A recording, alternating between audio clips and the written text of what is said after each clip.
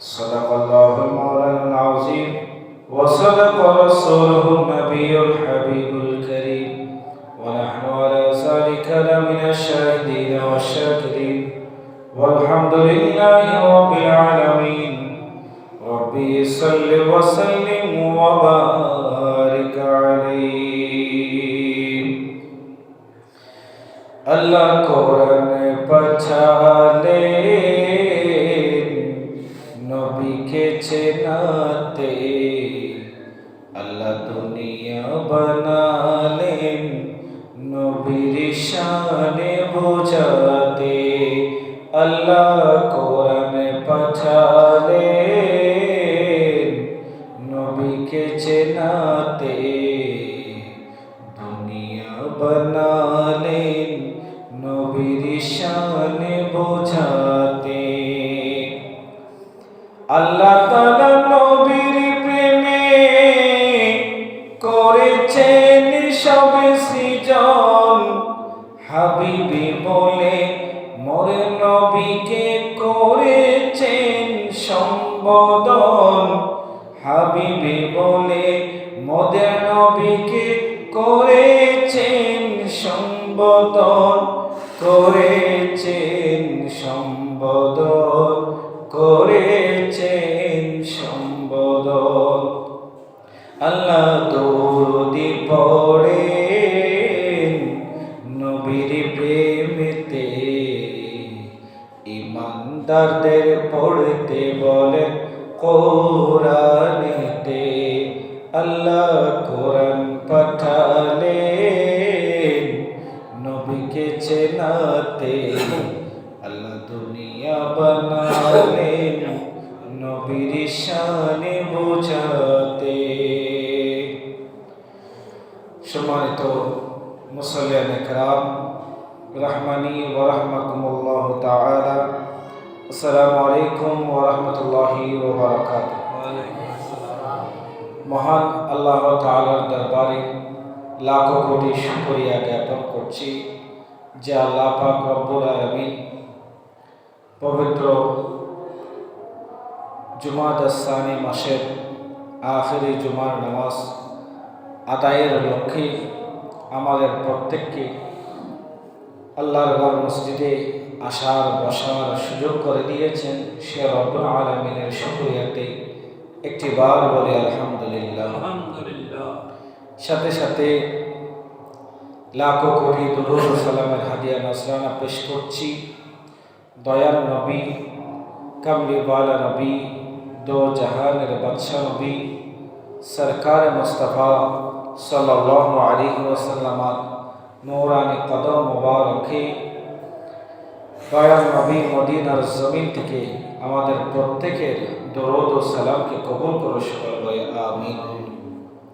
সাথে সাথে মাগফিরাত আর নাজাত কামনা করছি আমাদের যে সকল মুরব্বীরা আমাদেরকে ছেড়ে অন্ধকার কবরের বাসিন্দা হয়েছেন আল্লাহ পাক রব্বুল আলামিন আজকের পবিত্র জুমার দিনের সাদাকায় তাদের প্রত্যেকের গুনাহগুলো মাফ করে তাদের কবরগুলোকে জান্নাতের বাগান বানিয়ে দিয়ে সকলে বলে আমিন।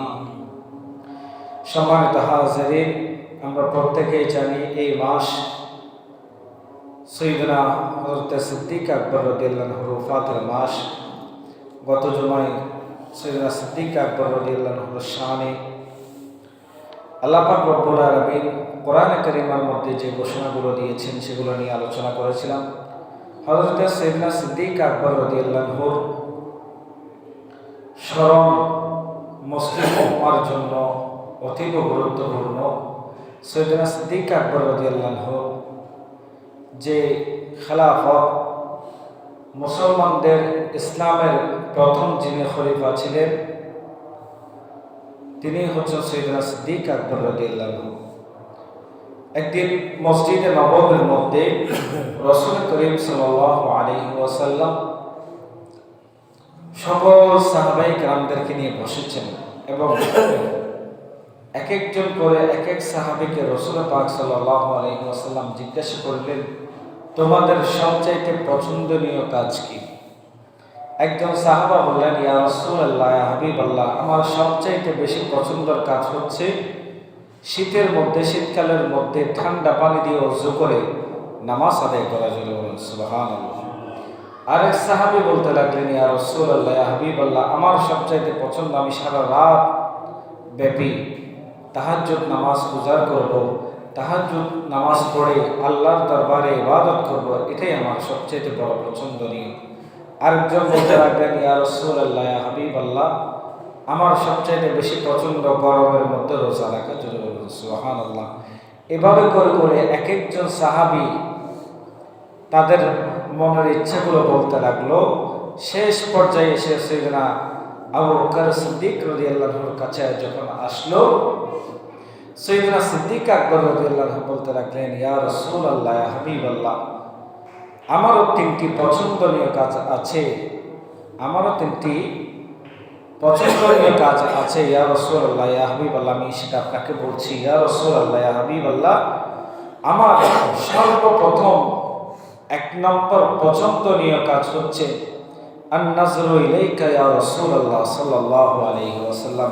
বলছেন, ইয়া রাসূলুল্লাহ, ইয়া হাবিবাল্লাহ, আমার সর্বপ্রথম কাজ হচ্ছে আপনি নবীর দিকে তাকিয়ে দেখা। সুবহানাল্লাহ। এটা আমার সবচেয়ে বড় পছন্দনীয় কাজ। এরপরে সাইয়েদনা সিদ্দিক আকবর রাদিয়াল্লাহু আনহু বলতে লাগলেন, ইয়া রাসূলুল্লাহ, ইয়া হাবিবাল্লাহ, আমার দ্বিতীয় ইচ্ছা হচ্ছে, ইয়া রাসূলুল্লাহ, ইয়া হাবিবাল্লাহ, সারাক্ষণ সব সময় আপনি নবীর কদমে আমার সময়টুকু ব্যয় করার জন্য বলুন সুবহানাল্লাহ। এরপরে সাইয়েদনা সিদ্দিক আকবর রাদিয়াল্লাহু আনহু বলতে লাগলেন, ইয়া রাসূলুল্লাহ, আমার ৩ নম্বর ইচ্ছা হচ্ছে আমার যত সম্পদ রয়েছে সব সম্পদ আপনি নবীর কদমে দিয়ে দেওয়া। জোরে বলুন সুবহানাল্লাহ। সালাতু ইয়া রাসূলুল্লাহ আলাইকুম, সালাম ইয়া হাবিবাল্লাহ আলাইকুম। সম্মানিত হাজিরিন, সাইয়েদনা সিদ্দিক আকবর রাদিয়াল্লাহু আনহু অসংখ্য অসংখ্য অসংখ্য অসংখ্য গুণগান রয়েছে, যে গুণগানগুলো আল্লাহ পাক রব্বুল আলামিন কোরআনে কারীমের মধ্যে সিদ্দিক আকবর রাদিয়াল্লাহু আনহুর শান বর্ণনা করেছেন। এবং আল্লাহ পাক রব্বুল আলামিন কোরআনে পাকের সাথে সাথে হযরত সাইয়েদনা সিদ্দিক আকবর রাদিয়াল্লাহু আনহুর এই সম্মানগুলো হাদিসে পাকের মধ্যে বর্ণনা হয়েছে। সুবহানাল্লাহ। সাইয়েদনা সিদ্দিক আকবর রাদিয়াল্লাহু আনহু খেলাফত যখন গ্রহণ করেন, আমার নবীর যুগে কিছু ভণ্ড নবী ছিল যারা নবী দাবিদার ছিল। অসংখ্য কিছু ব্যক্তি ছিল যারা নবী দাবিদার হতো। তাদের মধ্যে একজন হচ্ছে মুসাইলামাতুল কাজ্জাব। সে আমার নবীর যুগ ছিল। সে বলছে, হে মুহাম্মদ, আল্লাহ পাক রব্বুল আলামিন যেমন তোমাকে দায়িত্ব দিয়েছেন, যেমন তোমাকে দায়িত্ব দিয়ে পাঠিয়েছেন মানুষদেরকে ঈমানদার বানানোর জন্য, আল্লাহর রাস্তায় ডাকার জন্য, ঠিক তেমনি ভাবে আমাকেও দায়িত্ব দিয়েছেন। জোরে বলে নাউজুবিল্লাহ। আল্লাহ পাক রব্বুল আলামিন কোরআনে কারীমের মধ্যে স্পষ্ট ভাষায় ঘোষণা দিয়ে দিয়েছেন সূরা আহজাবের মধ্যে। আমার রাসূল পাক সাল্লাল্লাহু আলাইহি ওয়াসাল্লাম উনি হচ্ছেন, মা কানা মুহাম্মাদুন আবা আহাদিন মির রিজালিকুম ওয়ালাকিন রাসূলুল্লাহ ওয়া খাতামান নাবিয়্যিন। আমার নবী হচ্ছে শেষ নবী, এরপরে আর কোনো নবী আসবে না।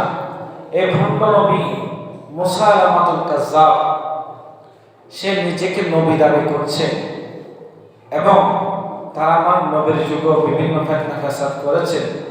যখন রাসূল পাক সাল্লাল্লাহু আলাইহি ওয়াসাল্লাম ইন্তেকাল করলেন, হযরত সাইয়েদনা সিদ্দিক আকবর রাদিয়াল্লাহু আনহুর যুগ চলে আসলো। এই ভণ্ড নবী মুসাইলামাতুল কাজ্জাব এবং তার অনুসারী যারা ছিল, তারা বিভিন্নভাবে ফিতনা ফাসাদ সৃষ্টি করছে। কেউ বলছে আমরা যাকাত দিব না, আবার মুসাইলামাতুল কাজ্জাব বলছে, হে আবু বকর, মুহাম্মদ ছিল, মুহাম্মদ তোমাদের নবী ছিল, তার সাথে আমাদের সাথে আন্ডারস্ট্যান্ডিং ছিল, সে যেহেতু ছিল সেহেতু আমরা কোনো কথা বলি নাই, আমরা তাকে অনুসরণ করেছি, কিন্তু আমরা এখন তাকে অনুসরণ করব না। সাইয়েদনা সিদ্দিক আকবর রাদিয়াল্লাহু আনহু অনেক গরম ছিলেন, মাথা অনেক গরম হয়ে গেল। এরপরে সাইয়েদনা সিদ্দিক আকবর রাদিয়াল্লাহু আনহু তাদের সাথে জিহাদের ঘোষণা দিলেন। সুবহানাল্লাহ। এই সাইয়েদনা সিদ্দিক আকবর রাদিয়াল্লাহু আনহু এই জিহাদের মাধ্যমে কোরআনে কারিমাকে সর্বপ্রথম যিনি সংরক্ষণ করেছেন, এই ঘটনা আসছে ওই ইয়ামামার যুদ্ধের মধ্যে। হযরত সাইয়েদনা সিদ্দিক আকবর রাদিয়াল্লাহু আনহু ইয়ামামার যুদ্ধের ঘোষণা দিলেন। সেখানে অসংখ্য সেনাবাহিনীর দল গঠন করলেন। রিদ্দার যুদ্ধের মধ্যে সাইয়েদনা সিদ্দিক আকবর রাদিয়াল্লাহু আনহু 11টি সেনাবাহিনীর দল গঠন করলেন। তাদের মধ্যে ছিলেন 1 নম্বর, যিনি সবচেয়ে শক্তিশালী ছিলেন, তিনি হচ্ছেন খালিদ বিন ওয়ালিদ।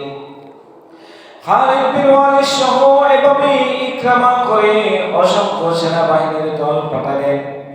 সর্বপ্রথম মুসাইলামাতুল কাজ্জাবের সাথে ইয়ামামার যুদ্ধের মধ্যে সাইয়েদনা সিদ্দিক আকবর রাদিয়াল্লাহু আনহু ইকরামাকে পাঠালেন। ইকরামার নেতৃত্বে অসংখ্য হাফেজে কোরআন, যখন আল্লাহ পাক রব্বুল আলামিন কোরআন নাযিল করেছেন, আমার নবী ওই কোরআনকে ধারণ করেছেন। কিছু কিছু সাহাবায়ে কেরাম ওই কোরআনের আয়াতগুলো নিজের অন্তরের মধ্যে মুখস্থ রাখতেন। এরকম কিছু সাহাবী ওই ইয়ামামার যুদ্ধের মধ্যে ইকরামার সাথে যখন গেল, সেখানে অনেকজন হাফেজে কোরআন শহীদ হয়ে গেল। এরপরে সাইয়েদনা সিদ্দিক আকবর রাদিয়াল্লাহু আনহু একে একে বিভিন্নভাবে বিভিন্ন দল পাঠালেন। সেখানে সাইয়েদনা সিদ্দিক আকবর রাদিয়াল্লাহু আনহু খালিদ বিন ওয়ালিদকে ওই যুদ্ধের নেতৃত্ব দেওয়ার জন্য পাঠালেন এবং খালিদ বিন ওয়ালিদের সাথে ওয়াহশী ইবনে হারব নামে একজন ব্যক্তি ছিল, যার অবদান হচ্ছে, যিনি হচ্ছেন উহুদের ময়দানে আমার নবীজির চাচাজান হযরতে আমির হামজা রাদিয়াল্লাহু আনহুকে শহীদ করেছেন। যিনি উহুদের ময়দানে আমির হামজা রাদিয়াল্লাহু আনহুকে শহীদ করেছেন ওয়াহশী ইবনে হারব, যিনি পরবর্তীতে রাসূলের দরবারে এসে বলতে লাগলেন, ইয়া রাসূলুল্লাহ, ইয়া হাবিবাল্লাহ, আমি ভুল করেছি, আমাকে কালিমা পড়াই দেন। ইয়া রাসূলুল্লাহ, ইয়া হাবিবাল্লাহ, আমি আপনার কাছে ক্ষমা চাই, আমি আপনার চাচাজানকে হত্যা করেছি। তখন রাসূল পাক সাল্লাল্লাহু আলাইহি ওয়াসাল্লাম ওই ব্যক্তিটিকে মাফ করে দিলেন। মাফ করে দিয়ে রাসূল পাক সাল্লাল্লাহু আলাইহি ওয়াসাল্লাম তাকে বললেন, তুমি তওবা করেছো, মাফ হয়ে গিয়েছে, তোমাকে আমি ক্ষমা করে দিয়েছি, কিন্তু তোমাকে আমি একটি শর্ত দিলাম। ও ওয়াহশী ইবনে হারব, তুমি শুনে রাখো, তুমি কোনোদিন আমার সামনে আসবে না। তুমি আজকে কালিমা পড়ে ঈমানদার হয়ে গিয়েছো, কিন্তু তুমি আমার সামনে আসিও না, কারণ তোমাকে দেখলে আমার চাচার কথা মনে হয়ে যাবে। আমার চাচা যান আমাকে অনেক ভালোবাসতো, আমার সাথে উহুদের ময়দানে যুদ্ধ করেছেন, যাকে আল্লাহ রাব্বুল আলামিন কবুল করেছেন। ওয়াহশী ইবনে হারব, তুমি আমার কাছে আসিও না, কিন্তু তুমি ইসলাম পালন করবে, দিন ইসলাম পালন করবে। তোমাকে আমি কালিমা পড়াই দিলাম, তুমি মুসলমান হয়ে গিয়েছো, তুমি আমার কাছে আসবে না। ওই ওয়াহশী ইবনে হারব ওই আমার যুদ্ধের মধ্যে সাইয়েদনা সিদ্দিক আকবর রাদিয়াল্লাহু আনহুর ডাকে সাড়া দিয়ে ওয়াহশী ইবনে হারব খালিদ বিন ওয়ালিদের সাথে ওই ইয়ামামার যুদ্ধের মধ্যে যখন গেল, ওই ওয়াহশী ইবনে হারব ওই বন্ড নবী মুসাইলামাতুল কাজ্জাবকে স্মরণ করে ওই ইয়ামামার যুদ্ধের ময়দানের মধ্যে তাকে দূর থেকে দেখে একটি বল্লম নিক্ষেপ করলো, একটি বর্ষা এভাবে নিক্ষেপ করলো। সাথে সাথে ওই মুসাইলামাতুল কাজ্জাবের পেটের মধ্যে আঘাত করলো। জোরে বলুন সুবহানাল্লাহ। ওয়াহশী ইবনে হারব যখন তাকে আঘাত করলো, তিনি মাটিতে বসে গেল। এরপরে মুআবিয়া ইবনে আবি সুফিয়ান এসে তার শিরচ্ছেদ করে দিল, তার মাথাকে 2 ভাগ করে দিল। জোরে বলুন সুবহানাল্লাহ। সালামুন ইয়া রাসূলুল্লাহ, সালামুন ইয়া হাবিবাল্লাহ আলাইকুম।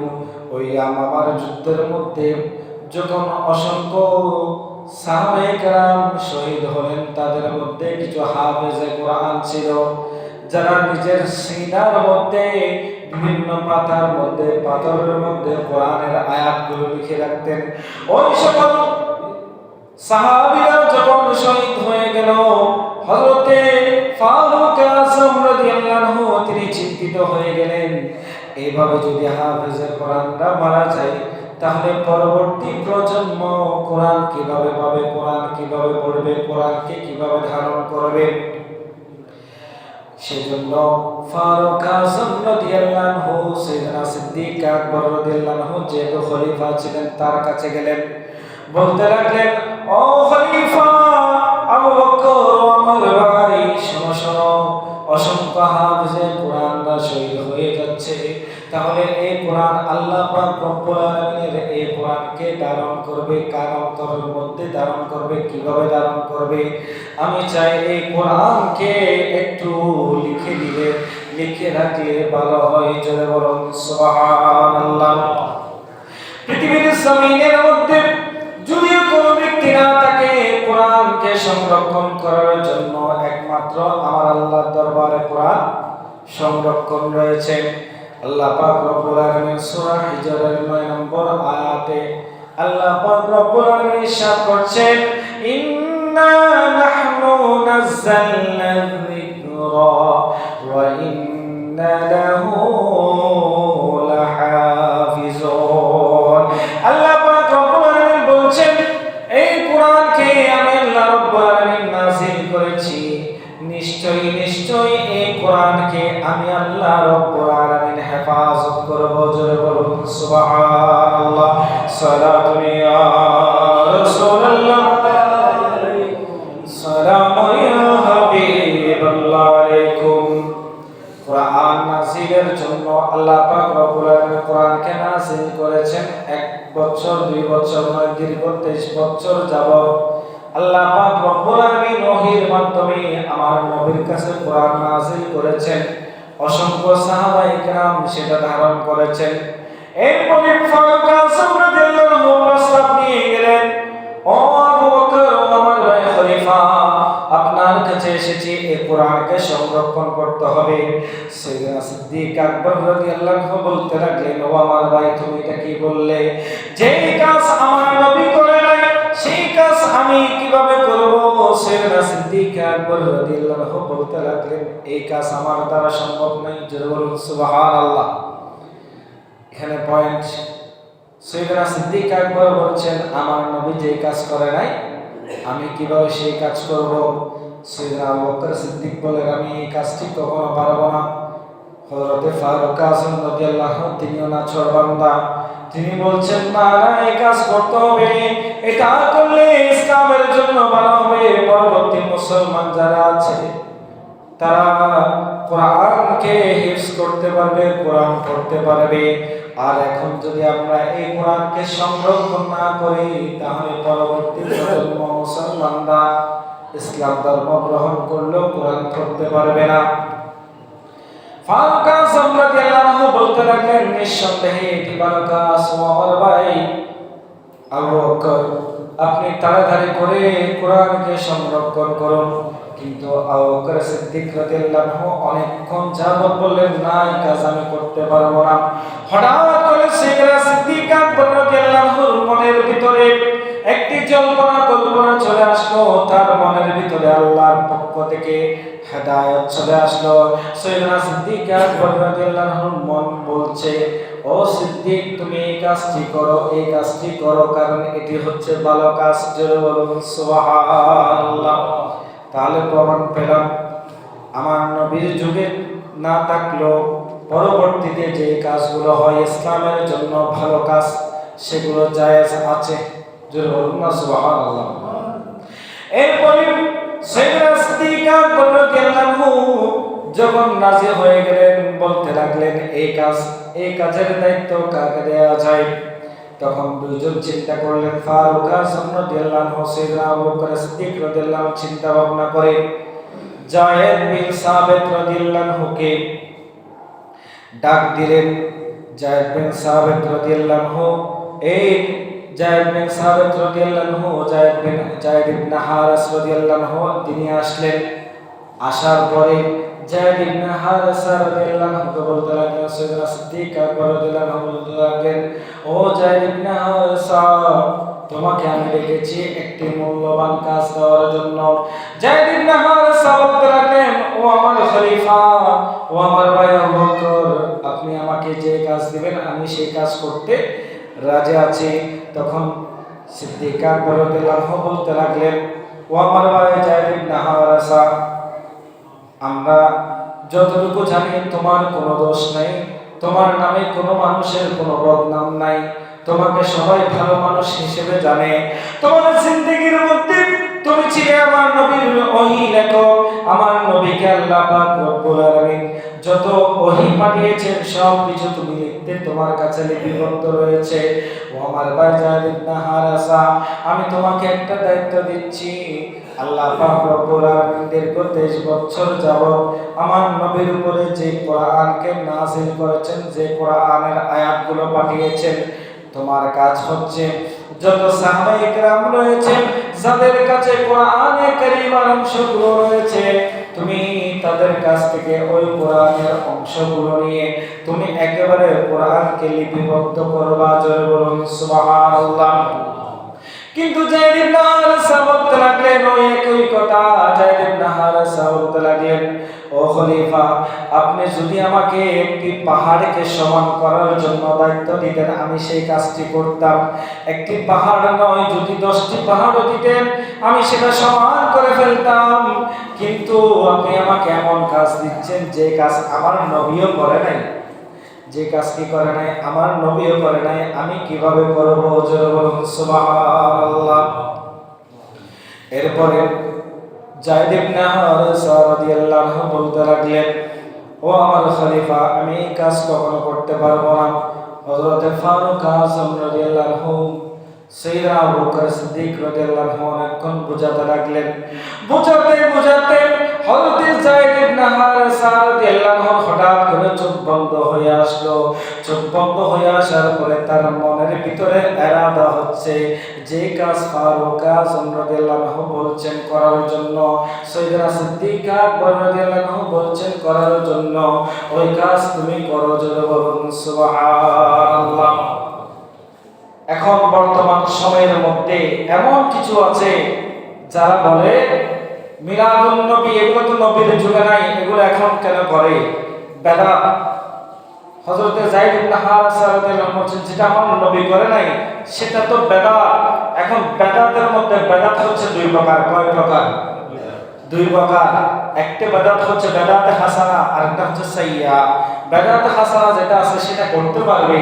যেমন আমার নবীর যুগের মধ্যে কোরআন শরীফটা ছিল না, আমার নবীর যুগের মধ্যে কোরআন শরীফ সবাই হিফজ করেছে, আমার নবীর যুগের মধ্যে ছিল কোরআন শরীফ ছিল না, এটা সাহাবায়ে কেরাম হযরত সাইয়েদনা সিদ্দিক আকবর রাদিয়াল্লাহু আনহুর যুগে এসেছে। এরপরে নবীর যুগের মধ্যে বুখারী শরীফ ছিল না, সাহাবায়ে কেরামের যুগে বুখারী শরীফ ছিল না, এখন বুখারী শরীফ আছে। মাদ্রাসা ছিল না এবং তালিম দেওয়ার ব্যবস্থা ছিল না, মসজিদ এরকম এত সুন্দর মসজিদ ছিল না। এগুলো হয়েছে, এগুলো হচ্ছে বেদাতে হাসানা, যেটা ইসলামের জন্য ভালো কাজ। মসজিদ হয়েছে, সকলে সুন্দরভাবে এখানে নামাজ পড়ছে, মসজিদের মধ্যে টাইলস দেওয়া হয়েছে, এখানে সবাই নামাজ পড়ছেন আরাম সহকারে, সুন্দরভাবে নামাজ পড়ছেন, এটা হচ্ছে কি জায়েজ। এগুলো হচ্ছে ভালো কাজ। এগুলো কি কাজ? ভালো কাজ। আর যে কাজ করলে ইসলামের ক্ষতি হবে, যে কাজগুলো করলে ইসলামের ক্ষতি হবে, সেগুলোকে বলা হচ্ছে বেদাতে সাইয়্যা। এরপরে যায়েদ ইবনে হারেসা রাদিয়াল্লাহু আনহু বলতে লাগলেন, ও খলিফা, আপনি যেভাবে বলবেন আমি সেভাবে করব। তখন সাইয়েদনা সিদ্দিক আকবর রাদিয়াল্লাহু আনহু বলতে লাগলেন, আজ থেকে তুমি এবং হযরত ফারুক আযম রাদিয়াল্লাহু আনহু দুইজন মসজিদে নববীর মধ্যে বসবে এবং যে সকল সাহাবীদের কাছে কোরআনের আয়াতগুলো রয়েছে ওই কোরআনের আয়াতগুলো নিয়ে আসবে, সকলে নিয়ে আসবে। কিন্তু মনে রাখবা, প্রত্যেকে শুধু কোরআনের আয়াত আনলে হবে না, তাদের সাথে দুইজন সাক্ষী রাখতে হবে। জোরে বলুন সুবহানাল্লাহ। যেটা কার কালাম? আল্লাহর কালাম, এখানে ভুল ভ্রান্তি করা যাবে না। দুজন সাহাবী সাক্ষী দিবে এই আয়াতের পক্ষে, তাহলে ওই আয়াত লিখবে। আর তোমার কাছে তুমি যে ওহী লেখক, তোমার কাছে অসংখ্য কোরআনের আয়াত মুখস্থ রয়েছে, সেহেতু যদি মনে হয় তোমার কাছে মনে হয় সেটা সঠিক, তাহলে তুমি সেটা লিপিবদ্ধ করবা। এরপরে যায়েদ ইবনে হারেসা রাদিয়াল্লাহু আনহু এবং হযরত ফারুক আযম রাদিয়াল্লাহু আনহু এভাবে করে পরদিন থেকে মসজিদে নববীর মধ্যে বসলেন। একদিন একজন সাহাবী আসে, একজন সাহাবী একজন কোরআনের আয়াত এক একটি কথা বলে উল্লেখ করে। এভাবে উল্লেখ করতে করতে করতে করতে সময় লাগে গোটা 1 বছর সময় লাগে। 1 বছর পর্যন্ত হযরতে যায়েদ ইবনে হারেসা রাদিয়াল্লাহু আনহু এবং হযরতে ফারুক আযম রাদিয়াল্লাহু আনহু এই দুইজন মিলে 1 বছর পর্যন্ত গোটা কোরআন শরীফকে লিপিবদ্ধ করেন, পারা পারা ভাগ করেন। 1 পারা 2 পারা করে করে এইভাবে 30 খণ্ড পারা ভাগ করেন। কিন্তু শেষ পর্যায়ের মধ্যে কোরআন শরীফের মধ্যে দুটি আয়াত সূরা তাওবা, শেষ দুটি আয়াত, যে আয়াত হচ্ছে লাকাদ জাআকুম রাসূলুম মিন আনফুসিকুম আজিজুন আলাইহি মা আনিতুম হারিসুন আলাইকুম, এই শেষ দুটি আয়াত, এই দুটি আয়াত শুধুমাত্র একজন সাহাবী যার নাম হচ্ছে হুযায়মা ইবনে সাবিত রাদিয়াল্লাহু আনহু, ওনার কাছে শুধু এই দুটি আয়াত ছিল, আর কারো কাছে ছিল না, এর কোনো প্রমাণ নাই। তখন যায়েদ ইবনে হারেসা রাদিয়াল্লাহু আনহু বলতে লাগলেন, এই আয়াতের পক্ষে আমি সাক্ষী আছি, জোরে বলুন সুবহানাল্লাহ। এরপরে ফারুক আযম রাদিয়াল্লাহু আনহু বলতে লাগলেন, ও আমার ভাই যায়েদ ইবনে হারেসা, যদি তোমার কাছে এই কোরআনের আয়াত যদি মুখস্থ থাকে, তাহলে তুমি এই কোরআনকে, এই দুটি আয়াতকে কোরআনের মধ্যে লিপিবদ্ধ করে দাও, জোরে বলুন সুবহানাল্লাহ। সালাতুন ইয়া রাসূলুল্লাহ, সালামুন ইয়া হাবিবাল্লাহ। তাহলে কোরআনকে নাযিল করেছেন আল্লাহ পাক রব্বুল আলামিন নবীর মাধ্যমে। আমার নবীকে পাঠিয়েছেন 23 বছর যাবত ওহীর মাধ্যমে। আল্লাহ পাক রব্বুল আলামিন নবীর কাছে কি পাঠিয়েছেন? কোরআন পাঠিয়েছেন। কিন্তু নবীর যুগে কি হয় নাই? কোরআন লিপিবদ্ধ হয় নাই। সর্বপ্রথম কোরআনকে যিনি লিপিবদ্ধ করেছেন তিনি হচ্ছেন সাইয়েদনা সিদ্দিক আকবর রাদিয়াল্লাহু আনহু। সুবহানাল্লাহ। এই জন্য সাইয়েদনা সিদ্দিক আকবর রাদিয়াল্লাহু আনহু সবকিছুর মধ্যে প্রথম। সবকিছুর মধ্যে কি প্রথম? তিনি সর্বপ্রথম কোরআনে কারীমাকে একসাথে লিপিবদ্ধ করেছেন, সংরক্ষণ করেছেন, 30 পারা কোরআনকে একসাথে করেছেন। এরপরে সাইয়েদনা সিদ্দিক আকবর রাদিয়াল্লাহু আনহু কোরআনের সেই লিপিবদ্ধ পরবর্তীতে হযরত ফারুক আযম রাদিয়াল্লাহু আনহু হাতে সুপর্দ করেন।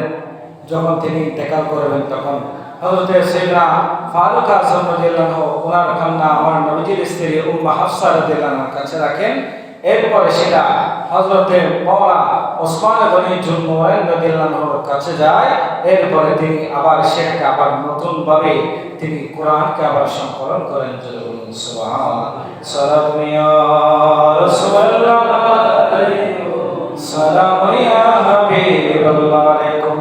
হযরত সাইয়েদনা সিদ্দিক আকবর রাদিয়াল্লাহু আনহু এমন ভাবে আল্লাহর দরবারে কবুল হয়েছে, তিনি যখন মৃত্যুর মুহূর্ত চলে আসলো তিনি আল্লাহর দরবারে বলতে লাগলেন, ও আল্লাহ, আমার হয়তো সময় শেষ হয়ে আসছে, আল্লাহ আমাকে তোমার দরবারে কবুল করে নাও, আমাকে ইসলামের জন্য কবুল করে নাও।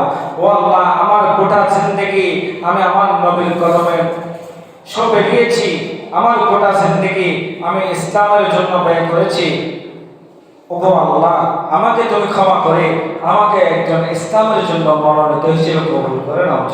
সুবহানাল্লাহ। হযরতে সাইয়েদনা সিদ্দিক আকবর রাদিয়াল্লাহু আনহু যখন মৃত্যুর বিছানায়, যখন সাইয়েদনা সিদ্দিক আকবর রাদিয়াল্লাহু আনহু ইন্তেকাল করবেন তার আগে, এটা মুসনাদে আহমদের মধ্যে হাদিস খানে এসেছে, সাইয়েদনা সিদ্দিক আকবর রাদিয়াল্লাহু আনহু মাওলার ইশারা খোদাকে ডাক দিলেন, বললেন, ও আমার ভাই মাওলা আলী, তোমার কাছে আমি একটা আবেদন চাই। ও আমার ভাই মাওলা আলী, তুমি আমার নবীকে, আমার নবী যখন ইন্তেকাল করেছে তুমি আমার নবীকে গোসল দিয়েছো। ও আমার ভাই মাওলা আলী, তুমি যেহেতু আমার নবীকে গোসল দিয়েছো সেহেতু তুমি আমাকেও গোসল দেওয়ার জন্য। সুবহানাল্লাহ। তারপরে সাইয়েদনা সিদ্দিক আকবর রাদিয়াল্লাহু আনহু বলতে লাগলেন, ও আমার ভাই মাওলা আলী, আমার লাশকে কোথায় দাফন করবা? আমি আমার নবীকে বলেছি আমার নবীর পাশে যেন আমার জায়গা হয়। হযরত আয়েশা সিদ্দিকা রাদিয়াল্লাহু আনহা একদিন স্বপ্ন দেখলেন, স্বপ্নে দেখতে লাগলেন ওনার কোলের মধ্যে 3টি তারকা জ্বলছে। সুবহানাল্লাহ। হযরত সাইয়েদা সিদ্দিকা রাদিয়াল্লাহু আনহা ওই স্বপ্নের ব্যাখ্যা দিলেন, বলতে লাগলেন, ও আমার মা আয়েশা, আমার মেয়ে, আমার কন্যা আয়েশা, শোনো, তোমার এই ঘরের মধ্যে, তোমার ঘরের মধ্যে 3টি তারকা 3জন ব্যক্তির রওজা হবে জ্বলবে। সুবহানাল্লাহ। হযরত সাইয়েদা সিদ্দিকা রাদিয়াল্লাহু আনহা তখন মওলা আয়েশা রাদিয়াল্লাহু বলতে লাগলেন, আমি যখন মারা যাব আমাকে গোসল দেওয়ার পরে জানাজা পড়িয়ে আমার নবীর দরবারে নিয়ে যাওয়া, আমার নবীর রওজার সামনে নিয়ে যাওয়া। আমার নবী যদি আমার নবীর থেকে জিজ্ঞেস করবা আমাকে কি এখানে দাফন করা হবে নাকি অন্য জায়গায় দাফন করা হবে, যদি রওজা মোবারক থেকে যদি কোনো আওয়াজ না আসে মনে করিও না আমার নবী মৃত, আমার নবী জীবিত আছে। যদি কোনো আওয়াজ না আসে তাহলে আমাকে নয়তো কোনো জান্নাতুল বাকির কোনো একটি কবরের মধ্যে আমাকে দাফন করে দিও, আর যদি রওজা মোবারক থেকে আওয়াজ আসে তাহলে আমাকে সেখানেই দাফন করবে। সুবহানাল্লাহ। এরপরে মওলা আয়েশা রাদিয়াল্লাহু আনহা যখন সাইয়েদা সিদ্দিকা রাদিয়াল্লাহু আনহা ইন্তেকাল করলেন, গোসল করানোর পরে যখন জানাজা হলো, জানাজার পরে আমার নবীর দরবারে বর্তমান আমার নবীর রওজা যেখানে আছে সেখানে নিয়ে যাওয়া হলো। এরপরে সাইয়েদা মওলা আয়েশা রাদিয়াল্লাহু আনহা বলতে লাগলেন, ইয়া রাসূলুল্লাহ, ইয়া হাবিবাল্লাহ, আপনার বন্ধু সাইয়েদনা আবু বকর সিদ্দিক রাদিয়াল্লাহু আনহু ইন্তেকাল করেছেন। ইয়া রাসূলুল্লাহ, ইয়া হাবিবাল্লাহ, তার ইচ্ছা ছিল আপনার পাশে দাফন করানোর জন্য।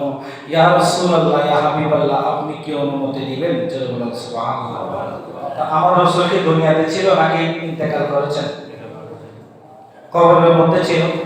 কথা বলেন, রাসূল কোথায় ছিলেন? কবরের মধ্যে ছিলেন, রওজায় ছিলেন। তাহলে যেহেতু রাসূল পাক সাল্লাল্লাহু আলাইহি ওয়াসাল্লাম থেকে জিজ্ঞাসা করা হচ্ছে, তাহলে আমার নবীর রওজার মধ্যে জিন্দা না মৃত? জোর বলো না, জিন্দা না মৃত? এই হাদিস স্পষ্ট প্রমাণ। তখন আমার রাসূল পাক সাল্লাল্লাহু আলাইহি ওয়াসাল্লামকে যখন প্রশ্ন করা হলো, রওজা মোবারক থেকে অটোমেটিক্যালি রওজা মোবারকের দরজা খুলে গেল এবং দরজা খুলে বলতে লাগলেন, আমার বন্ধুকে আর দেরি কেন? আমার বন্ধু তো মওলার সাথে মিলিত হয়ে গিয়েছে এবং বন্ধুকে বন্ধুর সাথে মিলিত করে দাও। সুবহানাল্লাহ। এরপরে মওলা আয়েশা রাদিয়াল্লাহু আনহা সকলকে নিয়ে হযরত সাইয়েদনা সিদ্দিকা রাদিয়াল্লাহু আনহাকে আমার নবীর পাশে শায়িত করে দিলেন। সুবহানাল্লাহ। সালাতু ইয়া রাসূলুল্লাহ আলাইকুম, সালামু ইয়া হাবিবাল্লাহ আলাইকুম। তিনি এমন প্রেমিক ছিলেন আমার নবীর, পৃথিবীর জমিনের মধ্যে এই একজন ব্যক্তি সবচাইতে শ্রেষ্ঠ, তিনি হচ্ছেন সাইয়েদনা সিদ্দিকা রাদিয়াল্লাহু আনহা। ও যে আয়েশা বললেন তার স্বপ্নে দেখেছেন 3টি তারকা। 1 নম্বর হচ্ছে আমার নবীজি সাল্লাল্লাহু আলাইহি ওয়াসাল্লাম, 2 নম্বর হচ্ছে সাইয়েদনা সিদ্দিকা রাদিয়াল্লাহু আনহু এবং 3 নম্বর হচ্ছে সাইয়েদনা ফারুক আযম রাদিয়াল্লাহু আনহু। যখন দেখলেন ফারুক আযম রাদিয়াল্লাহু আনহু দেখতে পেলেন আমার নবীর রওজা হয়ে গেল, সাইয়েদনা সিদ্দিকা রাদিয়াল্লাহু আনহু সেখানে শায়িত হয়ে গেলেন। এখন সেখানে স্থান বাকি ছিল শুধুমাত্র আয়েশা সিদ্দিকা রাদিয়াল্লাহু আনহা। সুবহানাল্লাহ। তখন মওলা ফারুক আযম রাদিয়াল্লাহু আনহু আয়েশা সিদ্দিকার কাছে গেলেন, বলতে লাগলেন, ও আয়েশা, আমি তোমার কাছে এসেছি একটি আবেদন নিয়ে, একটি আরজ নিয়ে। আমি চাই আমি যখন ইন্তেকাল করব আমার নবীর পাশে যেন যে খালি জায়গাটি আছে সেখানে যেন আমার কবর হয়ে যায়। সুবহানাল্লাহ। আয়েশা সিদ্দিকা রাদিয়াল্লাহু আনহা বলতে লাগলেন, আপনার সারাটি জীবন আমার নবীর কদমে ব্যয় করেছেন, যান এই জায়গাও আমি ইসলামের খাতিরে, আমার নবীর খাতিরে এই জায়গাটি আমি আপনাকে দিয়ে দিলাম। সুবহানাল্লাহ। এরপরে সেখানে রওজা হয়েছে হযরত ফারুক আযম রাদিয়াল্লাহু আনহু। আমার নবীর পাশে 2 জন শায়িত আছেন, একজন হচ্ছে সাইয়েদনা সিদ্দিকা রাদিয়াল্লাহু আনহু, আরেকজন হচ্ছেন কে? হযরত ফারুক আযম রাদিয়াল্লাহু আনহু। আরেকজন যার কবর হবে আমার নবীর পাশে তিনি হচ্ছেন সাইয়েদনা ঈসা রূহুল্লাহ আলাইহিস সালাতু ওয়াস সালাম। সুবহানাল্লাহ। তিনি আবার দুনিয়ার জমিনের মধ্যে আসবেন আমার নবীর উম্মত হয়ে কি হয়ে, নবীজির উম্মত হয়ে, নবী হয়ে নয়, তিনি আবার দুনিয়ার জমিনের মধ্যে আসবেন, 40 বছর শাসন করবেন, আবার গোটা বিশ্বের মধ্যে ইসলামের পতাকা উঠবে। এরপরে হযরত সাইয়েদনা ঈসা আলাইহিস সালাতু ওয়াস সালাম যখন ইন্তেকাল করবেন, তার রওজা হবে আমার নবীর পাশে। সুবহানাল্লাহ। সালাতু ইয়া রাসূলুল্লাহ